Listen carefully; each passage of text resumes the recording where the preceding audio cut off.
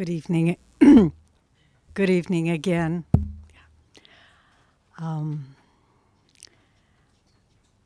As I don't need to say to all of us, this has been a moment that we knew would happen, and yet anticipating it doesn't make it easier. So here we are now, and hearing the choir sing Amen, peace, and ending with the choir Amen. I remember how many times, especially in these last years when Swami was not well and had a hard time getting up, he would always sing that song with the choir. And he'll always sing that song with the choir. So we have the great blessing of having two wonderful friends and Gurubhais with us from Assisi today, Anand and Kirtani Naya Swamis, who are the spiritual directors of our work in Assisi and have been there 25 years now. We were talking about that. So they were with Swamiji during that last week of his life and were with him during the last moments of his body drawing breath, and they're going to share a bit about what the experience was. So first we'll invite Naya Swami Anand to come up. Good evening, everyone. It's really a pleasure. I think the hallmark of Swami's work is friendship. And we've seen in Assisi, we saw this Ananda family from India, and certainly a huge outpouring of love and support for Swami from Europe, and now seeing you all. Swami said to me once, there's more harmony at Ananda than I ever imagined. And Master said, in fact, these World Brotherhood colonies cannot happen without brotherhood. And Swami pulled it off, because we've seen so many communities that fail, and that's the reason why. It's infighting, it's pettiness, and Ananda's thriving because there really is this family of friends, of friendship. One time, many years ago, Swami met us, Kirtani and me, and he would be pleased that I got that right.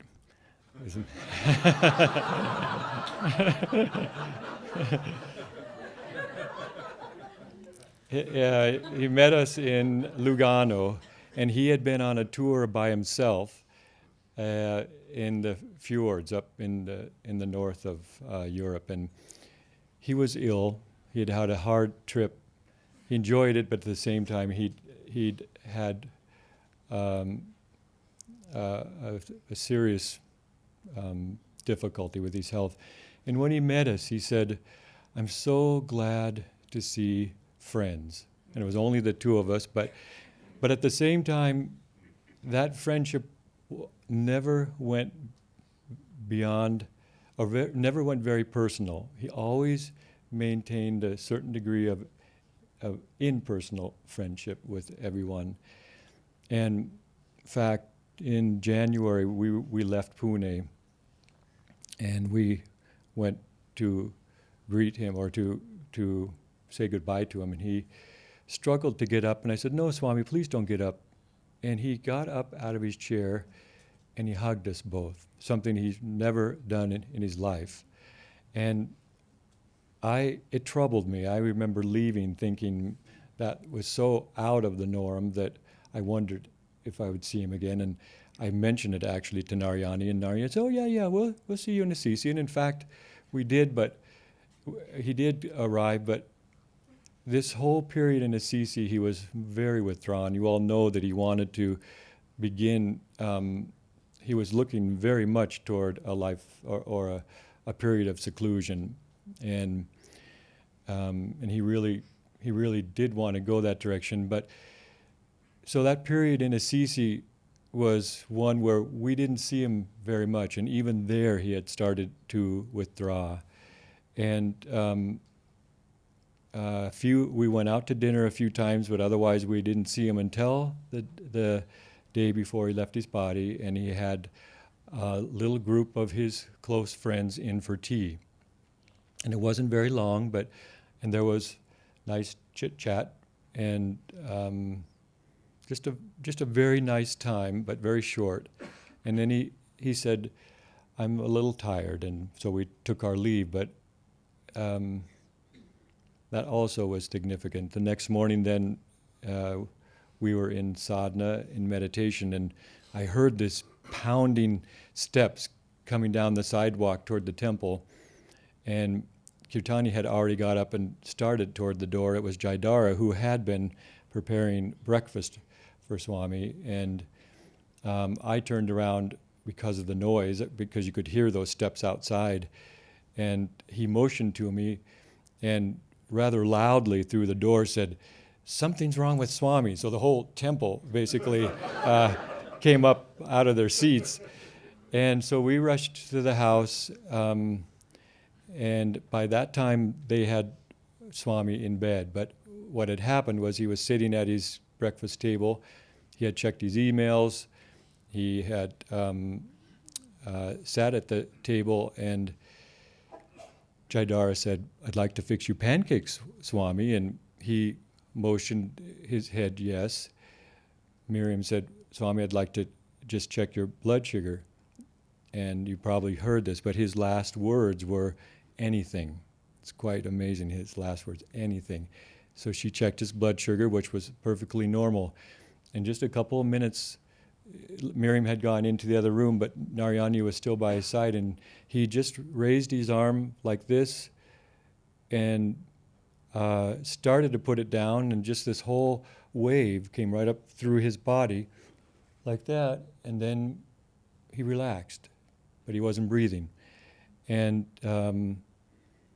that obviously excited Narayani a little bit, and Miriam had tried to chant Om in his right ear, but she was crying, and so Sergio chanted Om, and he started to breathe again. So they just rolled the rugs away, pulled him right in his chair, right through the living room into his bedroom, and helped him into bed. And that's when we arrived.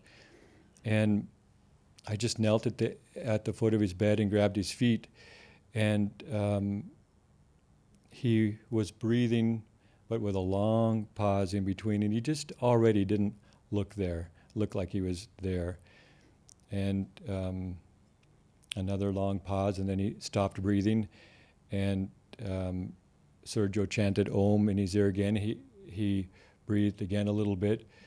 He stopped, and I said, "He's gone." And Narayani said, "He just can't be. It's just not. It's too soon." And she went to his ear and said, quite loudly, "Swami, breathe!" And he did. He went, and I had a hold of his feet so I could feel his whole body went, and that was just simply the last one. And he just never took another breath, and we rolled him on his side and tried just to see if there was any way to initiate another breath. And for a long time, Sergio chanted Om in his right ear, and when it was obvious that it was just a long time without another breath, we just said, "Wait, maybe it'd be best to have a period of silence." And we just reminded ourselves that Master had said he would meet each one of us at that threshold, and so we just sat in silence and tried to feel Swami's passing and Swami's meeting with Master, and also Swami's freedom from that broken, troublesome body that he's endured so long. And so just one last thought I'd like to share with you, because it was an amazing week, and I hope that you all have also felt in this time since Swami's passing. But I remember that Master said that he watched Jnana Mata slip into the watchful state. And Master told Swami he would find God at the end of his life. And I just feel that this week and this time together that we're feeling that ever deepening merging of Swami into spirit, and it's just a real test in duality, because we miss a divine and dear friend, and on the other hand, we feel this incredible freedom that he is experiencing. And I just I hope we can enter into this period with Swami's homecoming, or his final resting place here, at least, that we can also just feel Swami's freedom, because it's just been a real tangible and amazing mix of emotions, but at the same time a real underlying bliss that really, that's what Swami loved the most, he wished the most, he prayed for the most, was to feel God's bliss, and I believe we can all tune into that. God bless you all, and thank you.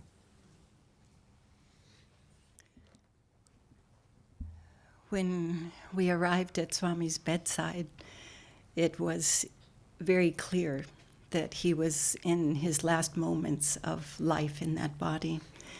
And of course, as all of you have experienced, there were a lot of tears.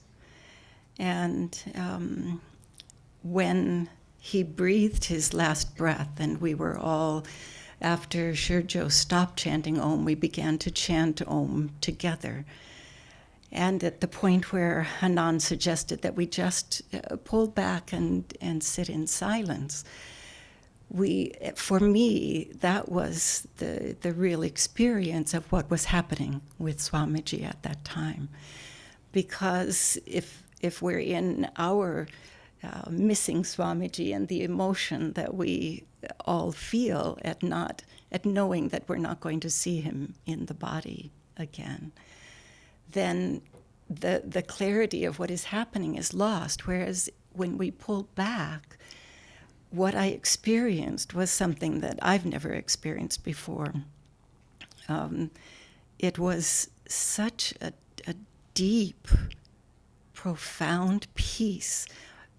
It must be something like Jesus was trying to describe when he talked about the peace that passeth all understanding, because it's difficult to describe, and maybe some of you have felt it and therefore will know. It felt as if, and this comes after trying to describe what it felt like, as if Swamiji was no longer in movement. His breath, his body was absolutely still. It wasn't breathing. There was no heartbeat. The stillness was so deep. Obviously the mental thoughts were no longer there.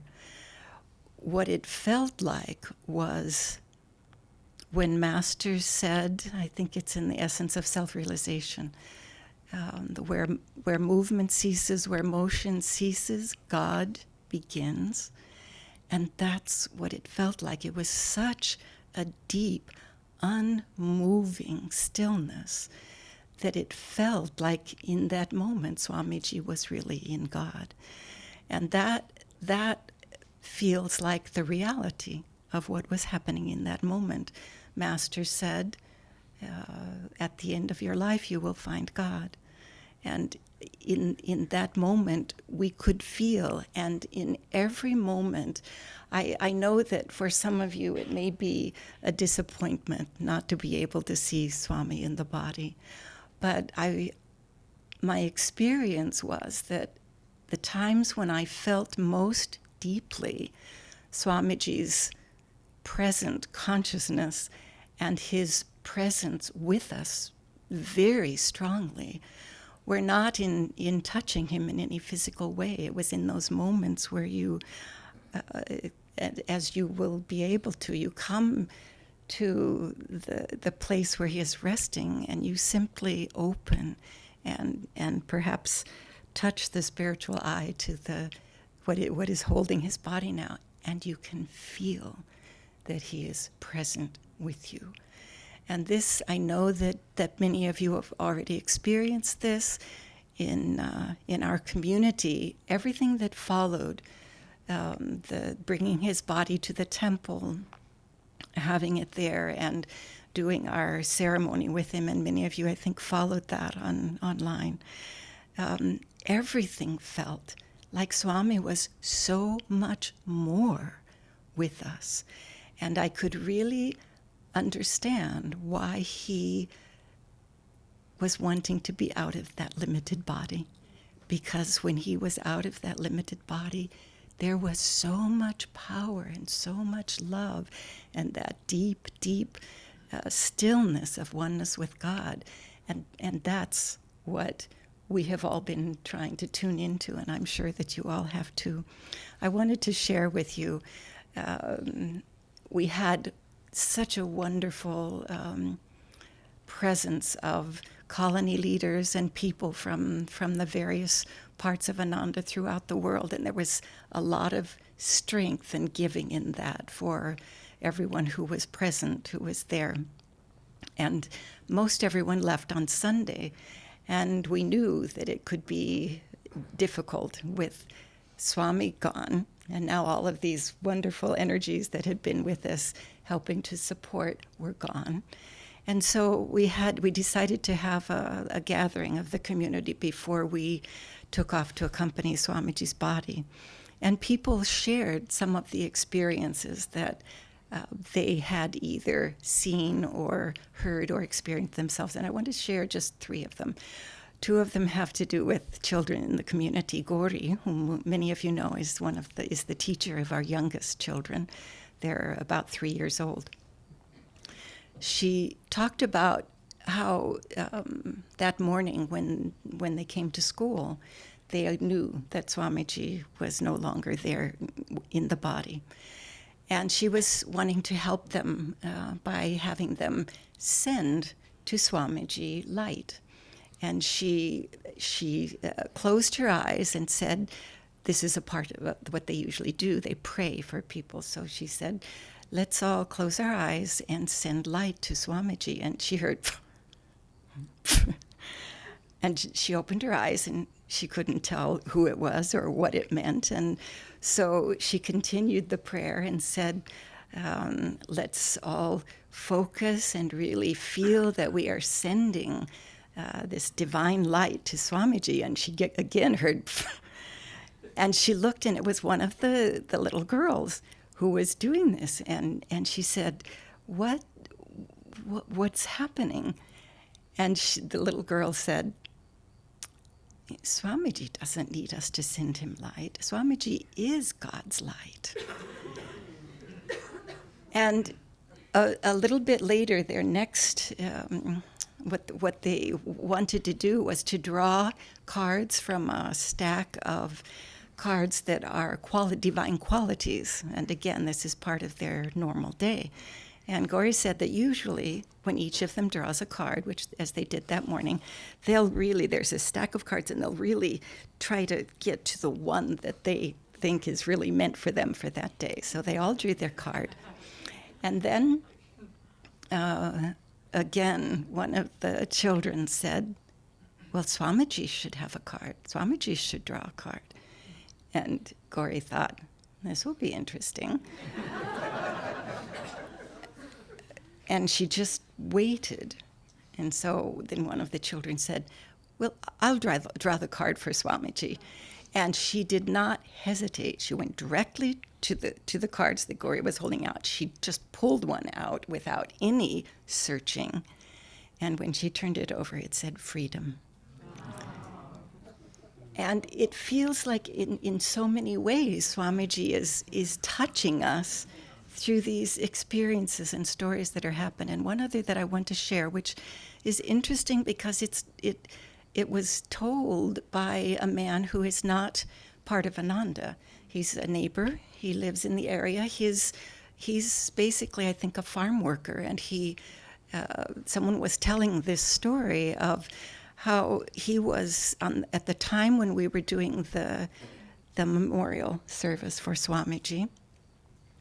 He was outside, and his land, he can see up on the hill, the temple of light. And so he just happened to look up, and there was this light. And I think he thought it was something like those those big searchlights when there's a fair going on or a big something. And he was looking and he thought, well, that's very strange. It's just this light. But then he went on with his work. And it might have been 40, 45 minutes later that he came to the point where he could look again. It was still there. And he decided to call a friend who was not at the ceremony because he needed to be working, someone who was connected, who is a part of Ananda. And he told him, what are you guys doing up there? There's this big light coming out of the temple. And our friend didn't tell him what was happening, but he realized that this, whatever it was being seen by somebody who was not at all influenced by Ananda, and that this light was just flowing up out of the temple. So just to share these things to help us realize how strongly present Swamiji is with us, because he's no longer limited by the body. He is really able to be much more with us than he was in the body. And I'm sure that's why he was anxious to get out of that limitation, and why I know we all, even in the sorrow of losing the presence of Swami as a friend with us in the body, we all feel the great joy of his freedom in God. Ananda and Kirtani, that's so precious to share those not only final moments, but beyond the final moments.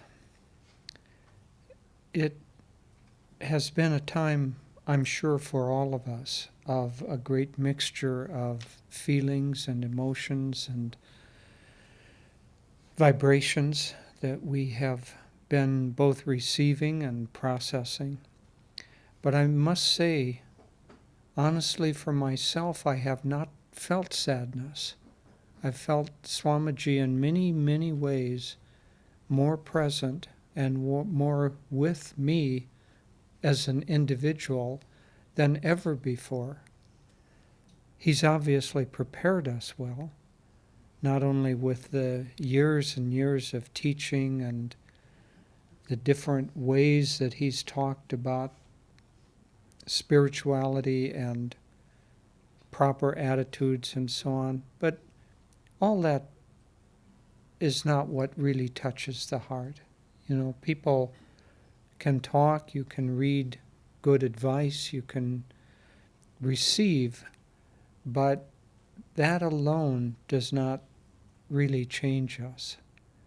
But somehow there is a magic and a potency to Swamiji's soul that goes far, far beyond any activity and any place that he has been in this life.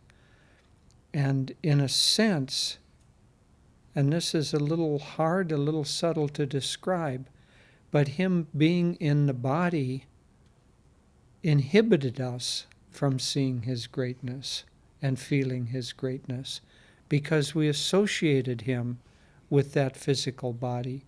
He was never the physical body. He is not now the physical body, but it's easier to recognize that and realize that because his soul is no longer confined in the physical body. There are many, many stories of miracles and semi-miracles and odd, eerie occurrences and so on associated in the last weeks, but also in the whole of Swamiji's life. There are many, many stories that can't be explained logically. They can't be explained or recognized by what we think of as the normal parameters of reality. It just functions on another level. And Swamiji has been now released, in a sense, from the hypnotism that we all shared in. He shared not very much in it, but we kind of, in our ignorance, have confined him or thought of him as being in a body with a personality in a particular place. And now we're sad that he's not in that body with that personality in the place where we happen to be inhabiting. And it's all a kind of a miasma. And him being released from the body also helps to release us from that delusion. And the more we can tune in to his essence, because the body, the personality, was never his essence. His essence is light. Why send him light when he is light?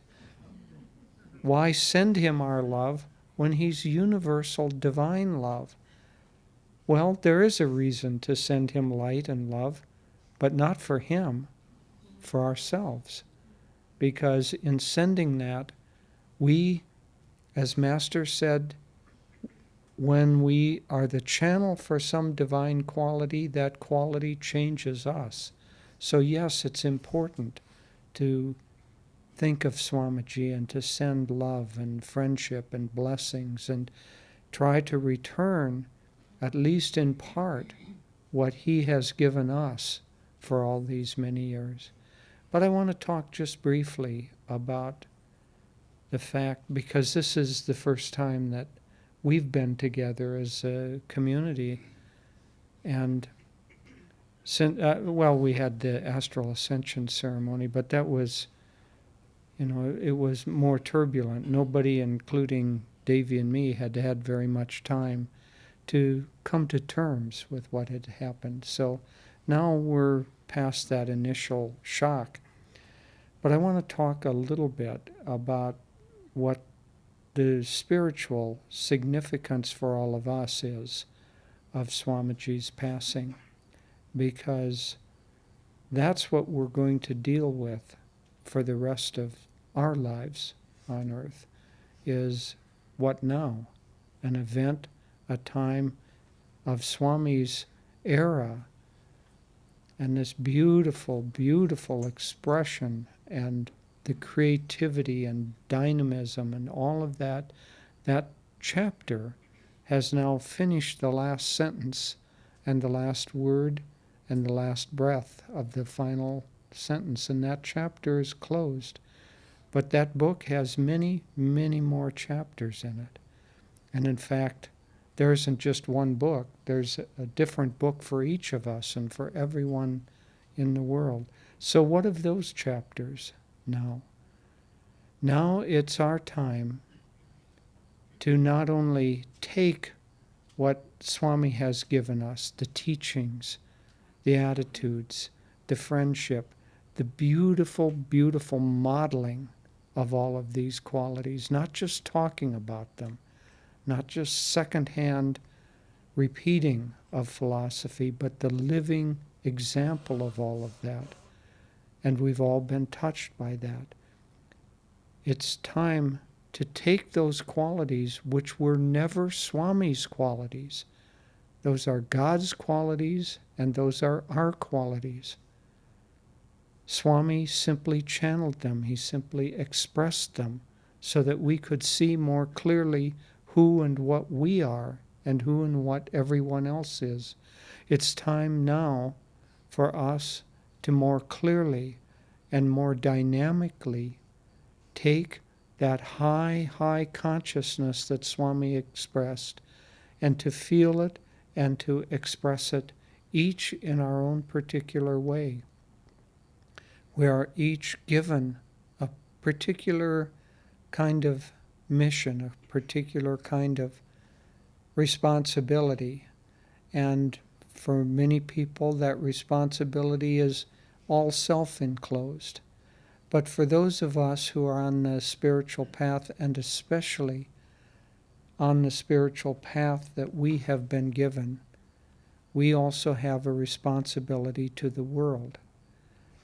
Because Master incarnated not just as a beautiful soul, a beautiful teacher, a lovely example, but he incarnated with a divine mission, essentially to bring the consciousness of Dwapara Yuga into manifestation, the seeds of that into manifestation on this planet at this time. And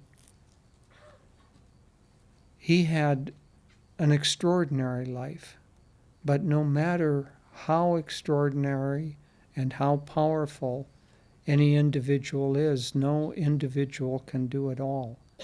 And so Swamiji came along in part to complete Master's mission, but not, I shouldn't say to complete it, because it can't be completed, but to further it, to bring it more powerfully into manifestation. And Swamiji received great energy and great magnetism from Master.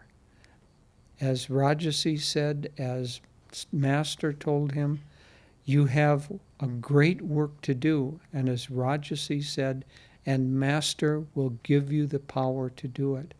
Well, Swamiji's great work, in a sense, has finished, because the chapter of his presence on this earth has finished. But the influence of his life is only just beginning, really only just beginning.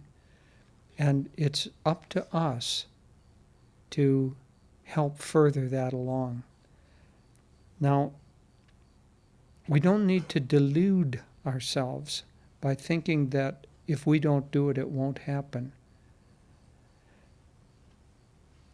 God doesn't need us to usher in Dwapara Yuga. He'll manage. But we need the blessings of being a channel for that. And so it's really for us that these great ones come.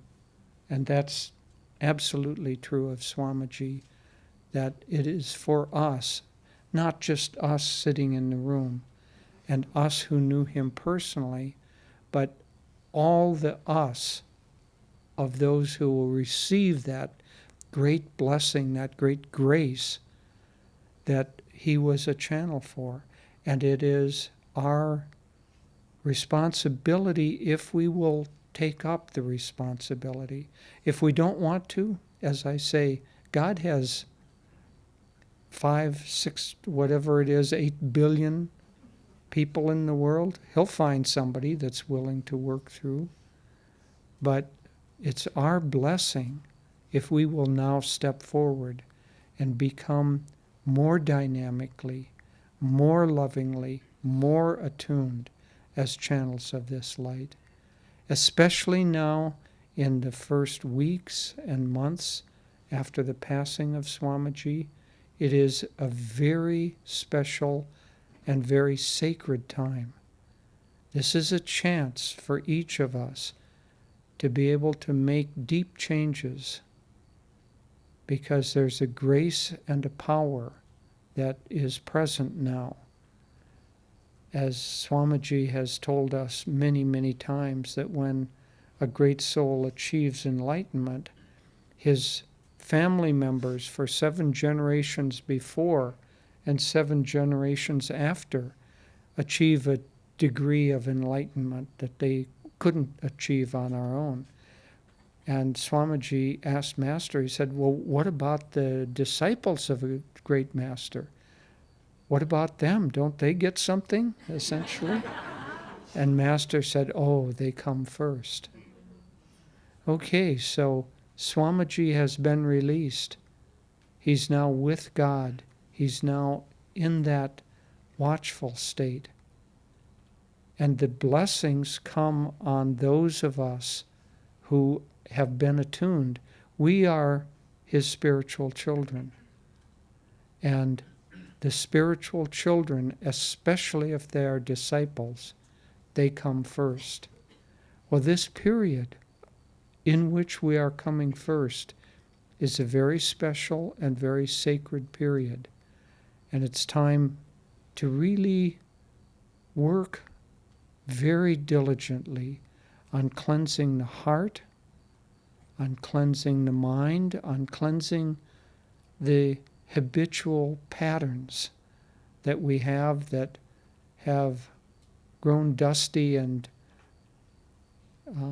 deadened over a period of time. Interesting that it's spring and it's time to do spring cleaning for our consciousness. And there's a wind of grace now especially that will be with us in helping us do that. So we have a work to do, each of us individually, to take advantage of not just the life of this amazing, amazing soul, but also the passing of this amazing soul. And so we have a responsibility to cleanse ourselves, to become more powerful channels. And then we have also, if we will take it up, the responsibility to become essentially the third generation of God's channels to bring this great new consciousness into the world. Not only us, but certainly importantly us. We are those of us who have dedicated our lives to what Master and Swamiji brought. We are the pioneers modeling a new way of life. As Anand was quoting Swami saying, I never thought there could be such harmony. Ananda, if we can live the reality of the grace of Master and Swamiji, is an extraordinary place with an extraordinary potential to help the world. And we're blessed to be a part of that. But now is a time for each of us individually. It can't be done as a group, although it can be expressed as a group. But the real work is individual. It's time for each of us to go deep, deep within ourselves, attune more deeply and more completely, to throw out of our consciousness those things which we ourselves know retard us and limit us. There's a grace with us now to do that. And if we do, not only will Swamiji's extraordinary life have been a great gift to the world, but it will become enormously magnified by the thousands of hands and feet and intelligences that are dedicated to continuing to spread that consciousness. And we have, at this time, a great, great blessing. So let's not miss this moment.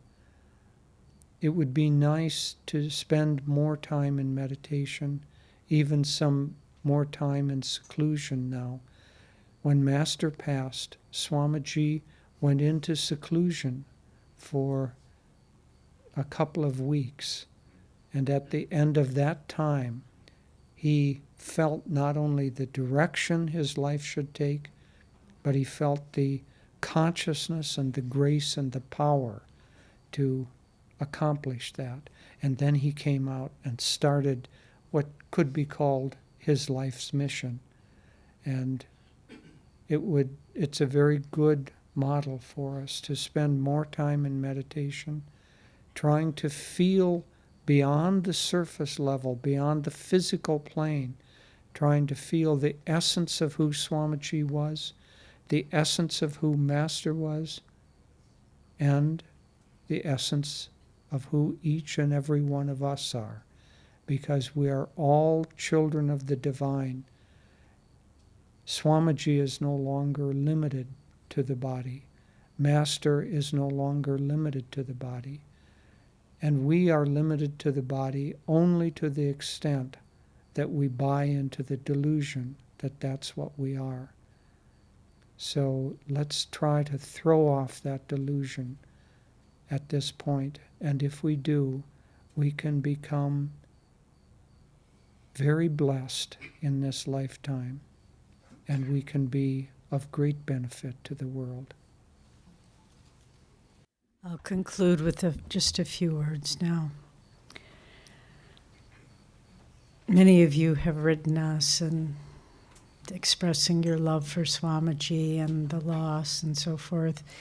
And some of you have said this must be especially hard for you who are so close to Swamiji.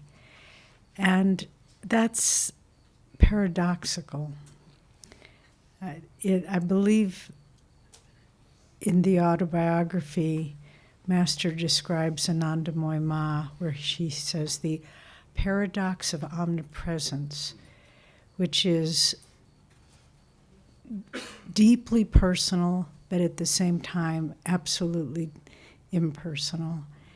And it was the karma of some of us, Anand and Kirtani, Jyotishan, me, Durga and Vidura, and others who got to spend more time with Swami in a social or working situation. But I was always very aware it wasn't personal at all. And I don't consider myself that I had any more special relationship than some of you who barely knew him at all. Because the friendship was not on a human level at all. And now that he's not in the body, I look back at the precious, precious moments that we shared with him in a small group, or that we all shared with him together at reading P.G. Woodhouse's stories, some of the great joys of our life. Singing, I remember during an early spiritual renewal week, in those days, Swami did it all. He did every morning class, every evening program all by himself, all the Kriyas, Sunday service. And it was the time for the concert. And we all went down. It was at the meditation retreat, and we went down to that lower meadow, and there was a campfire, and we sat around, and he was just singing songs on his guitar. And he sang, "Who is Sylvia?"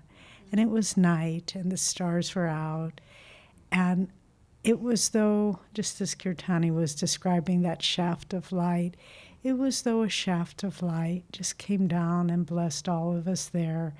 And the dignity, the regalness, the nobility, the poetry, he opened a window into a realm that our souls couldn't find on our own. But it wasn't personal. And in the early days of Ananda, he started a monastery which he called Friends of God. And looking back, and I'll probably spend the rest of my life looking forward, but also looking back, trying to understand the significance of experiences we had with him.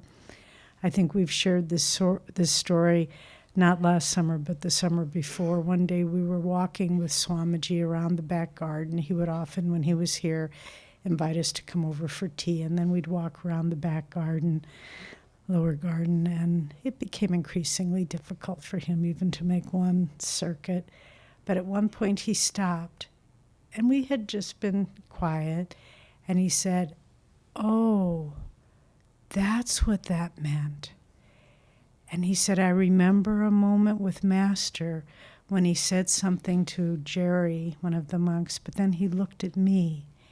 And now I understand what that glance meant." So that was an event that happened, 60 years before. And yet that's where he was living. And for all of us, we can still draw. What did that lecture mean? What's the deeper meaning of that song? How can I go deeper in the techniques as he taught us? But as I look back now, I can see that the person that I thought was my friend wasn't really my friend. It was just God. God expressing friendship to whoever happened to be there, to each of you, to ones that haven't come yet, to the children that didn't really get to know him the way we did. And it was just him showing us how to be a friend with God in simplicity, in openness. sometimes when I look back on it, I'm amazed because we would tell him jokes to make him laugh. And sometimes they were so silly, and I can't believe that we did that. But he liked it. He would laugh and laugh. But it was like, again, showing us how to be friends with God. You know, if we put God on a big pedestal, oh, great Lord, and I'm not worthy, we distance ourselves. But he was showing us, I love you in your humanity because I see past the humanity. I see your divinity. And that's what it was about. It wasn't the humanity. He saw the divinity in each one of us. So for those of us who knew him, for those of us who didn't get a chance to know him outwardly, be a friend of God, because that's all Swami was ever trying to show us. That's who he was, and I didn't see it. I couldn't see it. He put a veil up, and reading P.G. Woodhouse stories and having barbecues. Many of us were present several years ago when he had every single one in the community come over on different evenings, and there'd be a barbecue, and he'd read a P.G. Woodhouse and answer questions. And I think he just wanted us to know that God is our friend, and he's real, and we can be real with him, and he doesn't judge us, and we can't fail him. He's just our friend. And so now the person that we thought of as Swami Kriyananda is with God. And he's saying, let's still be friends, but in a bigger way now, in a more joyful way, in a more freeing way. Let's be friends with God through Swami. Let's be friends with each other in God. And if we do, that power and grace that he only let us glimpse a little bit when he was in the body, it will be more and more revealed. And we can share it with everyone that we meet and change their lives too. So thank you for all that you've done to be a part of his life, be a part of his work. And now we want to show you a beautiful slideshow that Bhaktan put together in Assisi. We'll see it here on the screen. If you can't see it, you can rearrange yourself. And then after the slideshow, we want to invite you all to come up. We'll have some baskets of rose petals, and you can come up and offer them to Swami's picture, to his casket. And we'll also have a basket for you of a little gift for each of you from Swami. And we don't have a whole lot of them, so just one per family. And it's a picture of Swamiji that they gave out in Assisi, but also a little piece of cloth. When we were with Swami for the last time in Calcutta in February, he gave a satsang there, and this was his last visit to Calcutta, and they put a golden shawl around his neck. And then when we got back to his room, he kind of put it on the couch, and I said, could I have this? And he said, if you want it. And so I took it, and then the next day he was going to go to Master's home in Calcutta for Garpar Road, and he invited just a few people. He invited Jyotish and I to go along with him. And so I took that shawl and I brought it to Master's attic room with Swamiji, and I put it on the altar. So it's filled with Swami's blessings and Master's blessings. And there's a little piece of that cloth. So when you can each take one. So we'll start with the slideshow, and then when that's done, you'll be able to just share your blessings. And as you all know, Swami's casket will, after we're finished our program tonight, it'll be moved over to Crystal Hermitage, and we'll be able to keep it there for some time. And so we'll have our morning meditations there, and people can go during the day and meditate and feel his grace. So it's a time of great sacredness in our community now, as Jyotish was saying.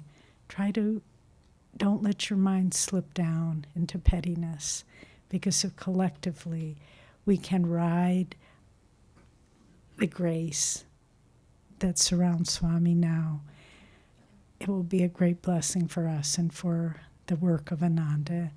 And just as Kirtani was saying, the light coming out of the temple, the little shepherds in the field, they'll see it too.